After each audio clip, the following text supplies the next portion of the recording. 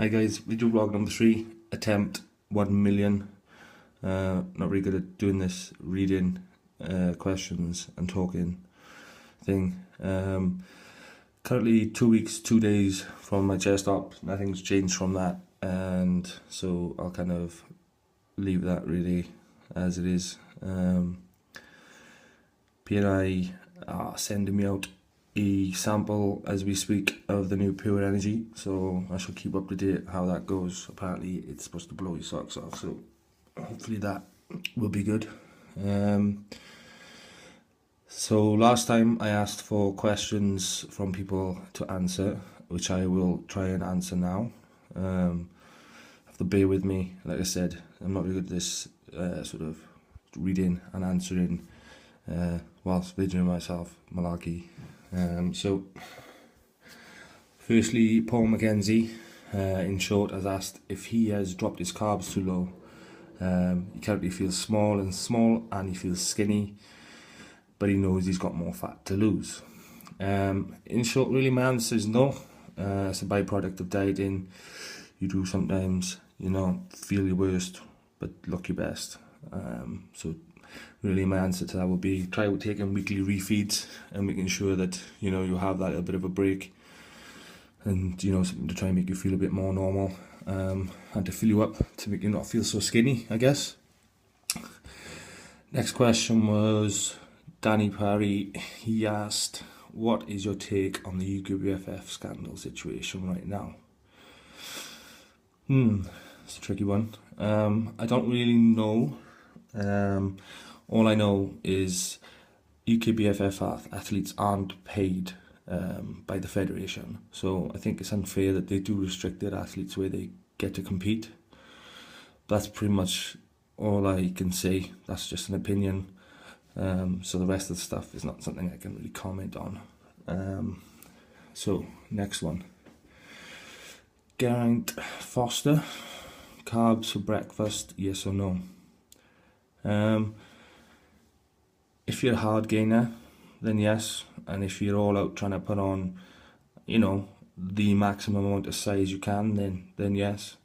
If not, if you are looking to stay in half decent shape whilst putting on some size, then like myself, carb backloading and nutrient timing is something that I'm a massive fan of. So that would be my advice to most people, unless obviously you are a hard gainer.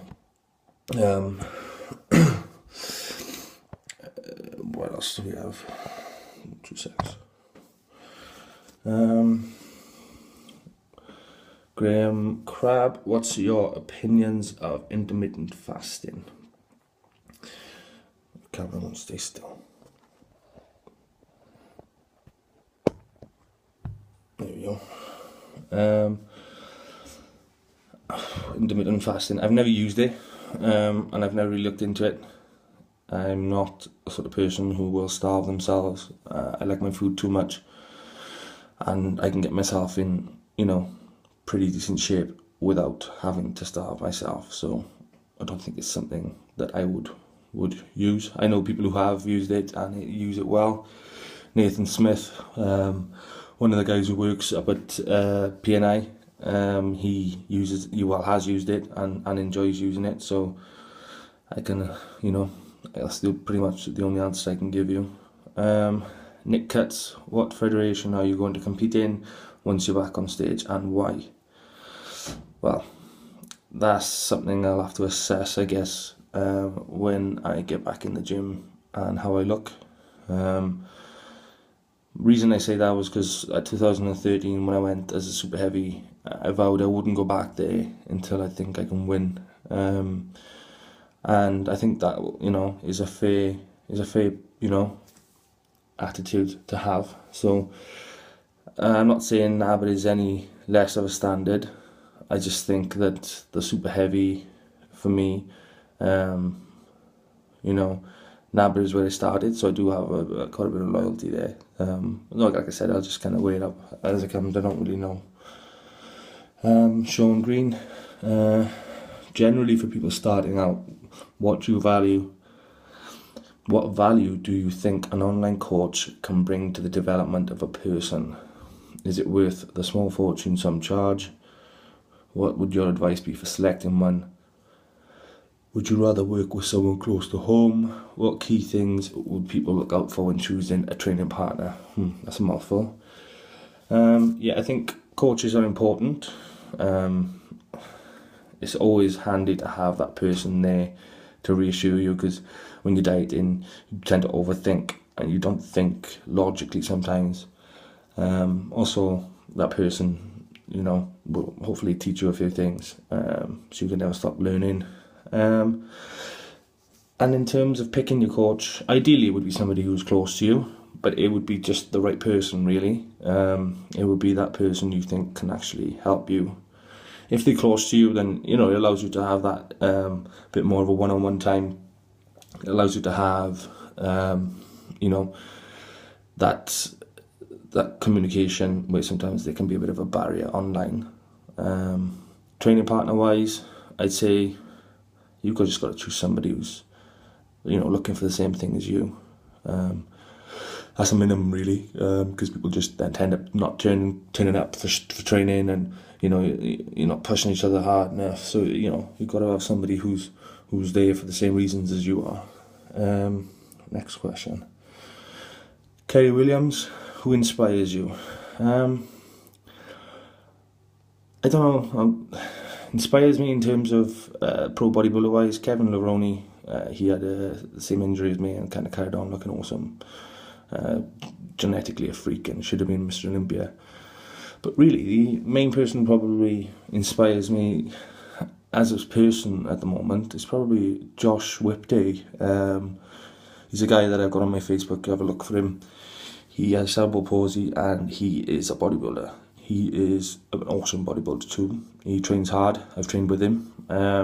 He has a brilliant attitude, willing to learn, and shows sort of ethic that a lot of people are missing in this sport. So yeah, he does inspire me, and it proves that if Josh can do it, then what's your excuse? Eugene Rowland, what was your reason for first ever picking up a weight? Short answer is rugby. Signed to a semi-pro rugby team who gave out weight training programs. Funnily enough, because I wasn't big enough, they told me to put some size on, and that kind of backfired. I put too much on and then couldn't run, so turned to bodybuilding. So the last question is off Tom Kennedy. Hey pal, my question is based on carb timing, including pre, post, intra workout. If backloading, how much and when? For me, carb backloading is something that needs to be tweaked. It's not something that you can nail straight away, because the nutrient timing and how your body reacts with it is different to conventional. You would work on macros with conventional diets. You can still use macros, but you can probably eat a lot more with carb backloading. For example, I was dieting conventionally back last year on 2,000 calories, and then Mike Gelsey got me onto carb backloading, upped it to about 5,000 calories, and I was getting leaner, probably in better shape than I'd ever been in. So it's about nutrient timing. You can pull the calories away from where you like, really. The fats throughout the day are such high in calories that you've got plenty of scope there. But I definitely wouldn't use carbs pre-workout. I'd use them intra, post, and maybe then your last meal before bed. But that's obviously the optimal timing, and then keeping record of that and seeing how you respond, and go from there, really. I think that's it in terms of questions for today. I'm not going to keep boring you with blogs that don't really have a lot of reason, so I guess my next blog will be, I'll probably do it from the hospital bed, so it's in 2 weeks' time, really. I'm doing okay with my weight at the moment and everything. I'm still about 19 stone 5, and I'm currently off of everything, which I shall be carrying on, obviously, whilst I'm healing up.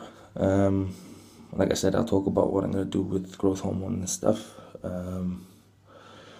I'm trying to take it easy in terms of my eating as well. I've been doing a lot of research into the amount of damage that you can do to your kidneys from just the sheer amount of water that a bodybuilder drinks, etc. And you know, just nice to have a little bit of a chill out time while I've got the opportunity, because it's going to be almost impossible to maintain what I've got while I'm not training for 6 weeks. So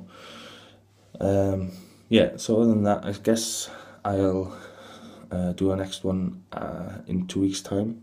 I'll probably do a video pre-operation and post and kind of merge them together so you can kind of see the results of that.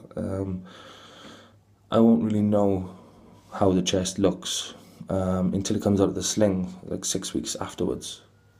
So I can kind of tell you what the surgeon said, but that's really it. So yeah, keep it, well, I would say short and sweet, but it's a pretty long one, to be honest. I shall speak to you in 2 weeks time, and keep an eye out on my page for those P&I products coming out and the reviews. Anyone who wants samples and bits and pieces, get in touch. There are stuff that we can hook you up with. Brilliant products, guys who are genuinely looking out for, for me and for other people, and actually trying to help.